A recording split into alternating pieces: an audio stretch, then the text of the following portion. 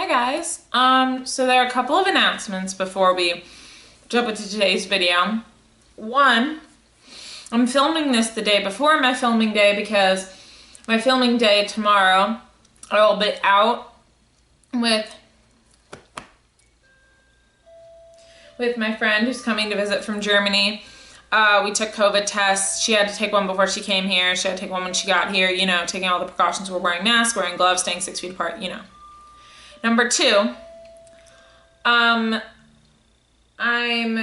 sorry, there's something on my TV.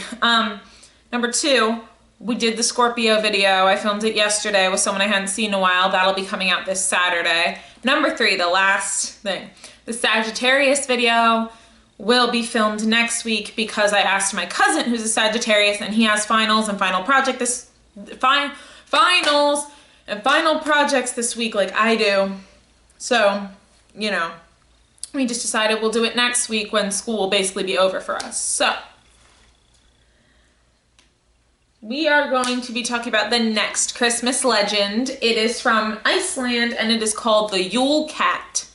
Now, I'll put up the actual name of it spelled out here, but I am not Icelandic. I don't know how to pronounce it. I don't want to butcher anybody's native language.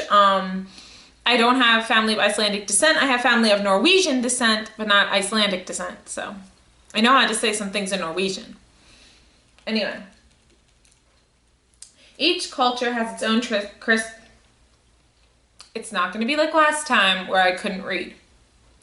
Each culture has its own Christmas traditions, stories, and myths. But what about a giant cat that eats you if you don't have new clothes? Meet the Yule cat. Most Christmas traditions are benign and nice. After all, 'tis the season to be jolly. However, in Iceland, stories follow a more distinctive line.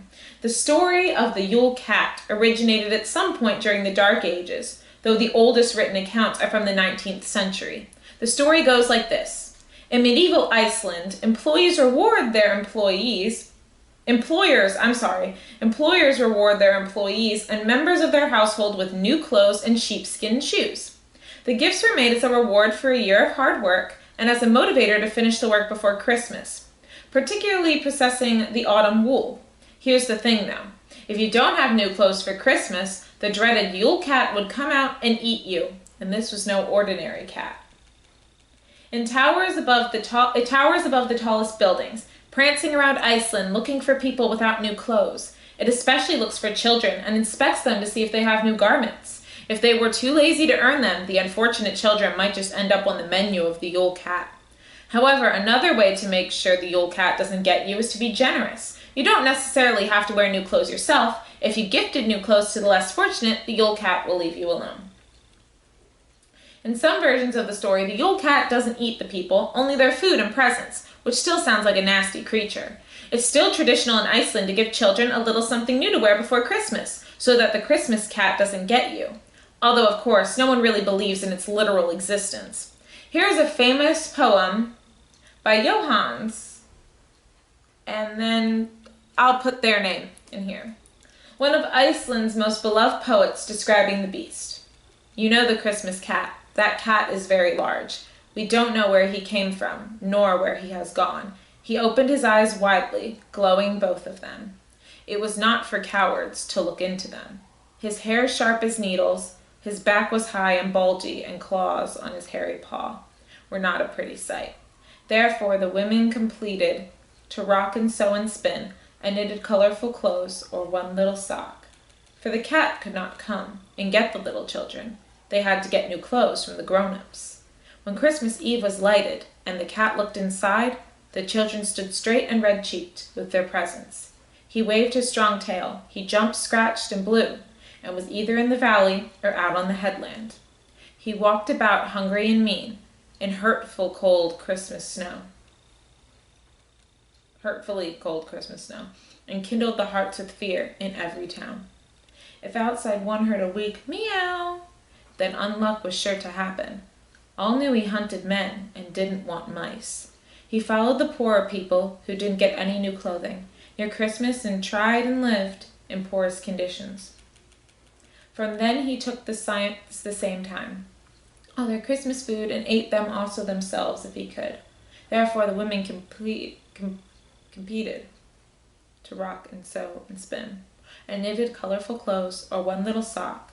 Some had gotten an apron, and some had gotten a new shoe, or anything that was needful, but that was enough, for Pussy should not eat no one who got some new piece of clothes. She hissed with her ugly voice, and I ran away. If she still exists, I don't know, but for nothing would be his trip. If everybody would get next Christmas some new rag.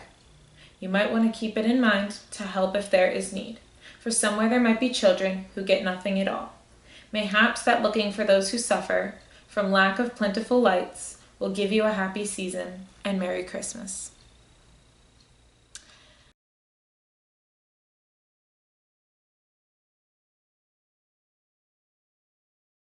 So guys, let me know down below if you believe in the Yule cat. I really like this one. This one caught my attention. I really liked it. It was really cool. I was like, there's one about a cat, and so I just had to do it because you guys know I love animals. I had to do it. Anyway, so tell me if you guys believe in the Yule cat. And I will see you all in the next video. Bye!